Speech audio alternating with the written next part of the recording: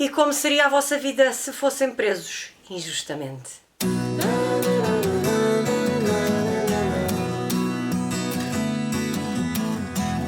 Olá, eu sou a Paloca e hoje venho-vos falar de um livro muito especial. Esta leitura acompanhou-me por mais de 2 semanas em setembro e foi uma leitura deliciosa. É verdade que demorei imenso tempo a ler este livro, mas também é verdade que este livro é gigante. Ele está dividido em 2 volumes e no original chama-se Le Comte de Monte Cristo e em português O Conde de Monte Cristo. Vou-vos mostrar, tenho aqui os 2 volumes, o primeiro volume e o segundo volume. São livrinhos de folio classique. São edições de bolso, parecem pequeninas, mas são calhamaços, não parecem, é verdade, mas este tem 700 e tal páginas e este também, apesar de não parecerem, e estão em francês. Estão na língua original de Alexandre Dumas, o escritor que escreveu esta maravilha de livro, e por isso também demorei mais tempo a ler, porque eu não sou fluente em francês, como sou em inglês e em espanhol, que não tenho quase dificuldade nenhuma e se vou procurar é uma palavrinha. Aqui tive que procurar mais palavras, mas a verdade é que não está escrito assim num francês muito difícil, portanto eu tive alguma facilidade em ler este livro, estes 2 volumes, mas demorei um bocadinho mais do que 2 semanas a lê-los, porque claro, a escrita é densa, são 2 belos calhamaços, mas só vos posso dizer que foram livros mágicos que me deliciaram do princípio ao fim. Cada página que lia me deliciava. Eu tentava ler mais ou menos 100 páginas por dia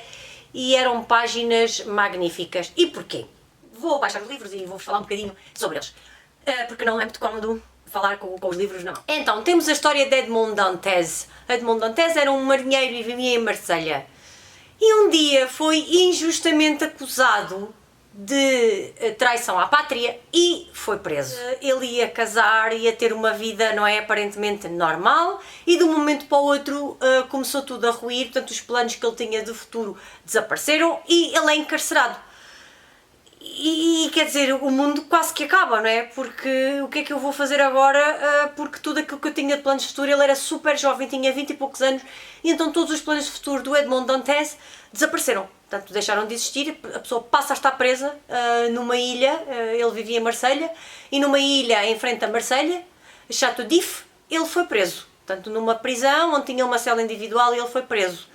E a partir daí ele começa a tentar sobreviver, não é? Porque eu acho que nas prisões, e se calhar nesta prisão onde ele estava, se calhar não se vive, sobrevive-se, e ele começa um processo de sobrevivência, sendo que depois esse processo vai ter por aqui uma reviravolta fantástica e ele vai conseguir sair de Château d'If e vai conseguir estabelecer um plano de vingança. Então nós temos aqui o Edmond Dantes, que não é propriamente aquilo que nós chamaríamos aqueles heróis normais, se calhar seria uma espécie de um anti-herói, porque quer dizer, ele não vai fazer nada de coisas heróicas, vai-se vingar das pessoas que o puseram na prisão, daquelas pessoas que o denunciaram, daquelas pessoas que falsamente o acusaram, e ele vai se vingar dessas pessoas. Portanto, ele reaparece mais tarde, já conhecido como o Conde de Monte Cristo. Eu não quero estar a contar muito da história porque eu acho que depois perde ali um bocadinho se eu vos contar muito. Ele depois reaparece como Conde de Monte Cristo, vai voltar a encontrar as pessoas que falsamente o acusaram e vai desenvolver aqui uma vingança contra essas pessoas. E então a história desenrola-se um bocadinho à volta da vida dele antes da prisão e depois da prisão, sendo que a maior parte do livro é passada depois da prisão, e é este plano de vingança que ele vai estabelecer contra os seus inimigos que nós vamos conhecer.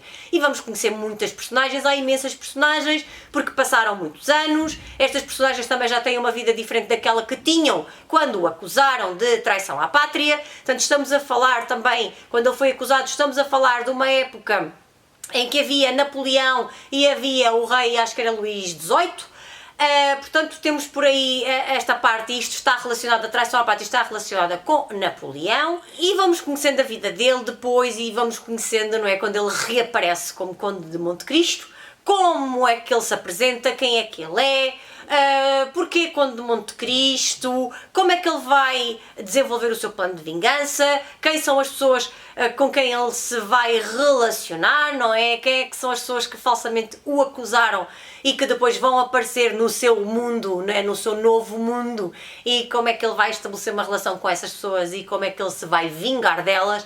Eu acho este livro muito interessante, é um livro que fala de vingança, que tem muita aventura, também tem por aqui romance à mistura. Eu não sou propriamente das pessoas mais românticas, mas gostei do romance e acho que sim, que se enquadra bem neste livro. E tem personagens que ficam para sempre, especialmente este Conde de Monte Cristo, este Edmond Dantes, que depois deixa de ser o Edmond Dantes e passa a ter outro nome e passa a ter outra vida. É uma pessoa absolutamente fantástica, que nos leva a acreditar que podemos sempre ter uma vida melhor, que apesar de vermos muita escuridão e vermos tudo negro, que pode aparecer alguma coisa que vai mudar a nossa vida, que nos vai trazer esperança para o futuro, para um mundo melhor, para uma vida melhor.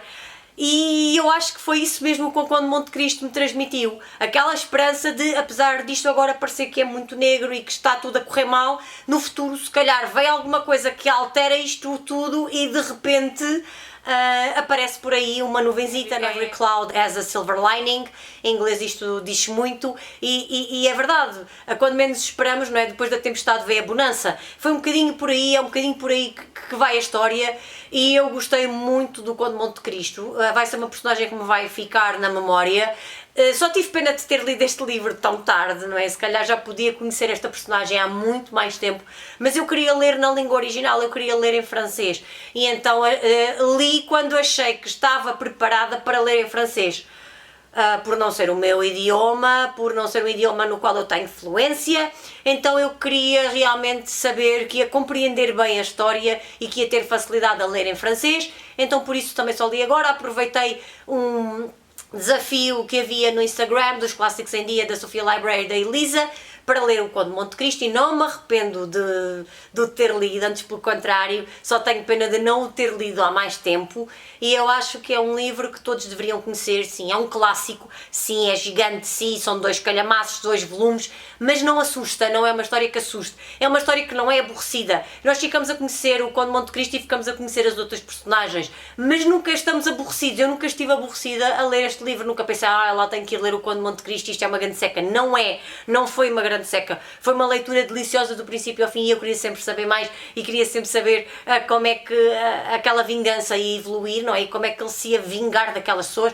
Portanto, eu estava sempre a querer saber mais e a querer conhecer mais, e para mim isto não foi nada secante. E depois este livro trouxe-me uma parte muito pessoal. Aqui acredito que isto passe para outras pessoas de outras maneiras. Para mim trouxe-me à memória viagens que eu já fiz a Paris e a Roma. Eu já visitei estas 2 capitais 2 vezes.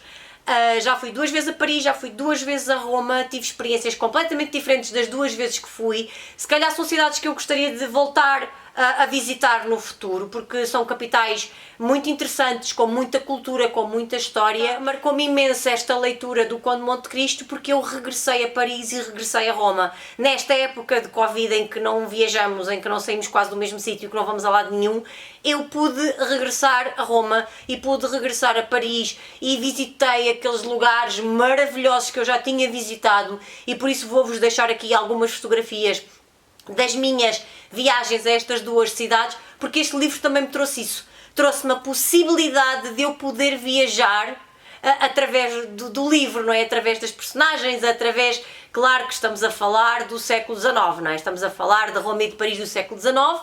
Eu visitei no século XXI, Paris, a primeira vez que visitei foi no século XX, agora que me estou a lembrar foi em 1994, tinha 15 anos, quando visitei Paris pela primeira vez, portanto foi no século XX, e depois as outras viagens no século XXI.